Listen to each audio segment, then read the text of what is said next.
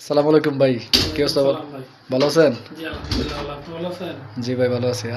আপনি আজকে আসছেন না? জি ভাই, আমি এই যে আজকে 12টা 40 এসে নামলাম আপনি বাইয়ারপুরে। আসতে তো আর কোনো সমস্যা হয়েছে না, না ভাই? না আসলে ভাই, সবচেয়ে বড় কথা হচ্ছে কি জানেন? মানে যার এই সমস্যাটা আছে, হয়তো তে আসার আগে কতটুকু ভয় পায় এটা যারটাতেই বলতে পারবো। কিন্তু আসলে এইখানে আসার পর জানি এতটুকু স্যাক্রিফাইস বা এতটুকু সহজ হয় বিষয়টা, এটা আমার জানা ছিল না।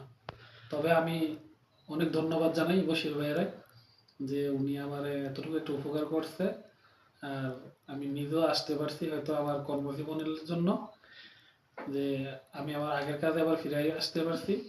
এটার জন্য বশির ভাইয়ের আমি ধন্যবাদ জানাই। আচ্ছা, তবে খুব সহজভাবে আসতে পারছি। আর যদি কেউ আসতেছে তাহলে যে যোগাযোগ যদি করে। কেউ আসতে চায়, যেমন কিছুক্ষণ আগেও আমি একজন লোকের সাথে কথা বলছি, ও আমারে বলছে যে কি অবস্থা, কেমনে গেছো, কোনো সমস্যা হয়েছে কিনা।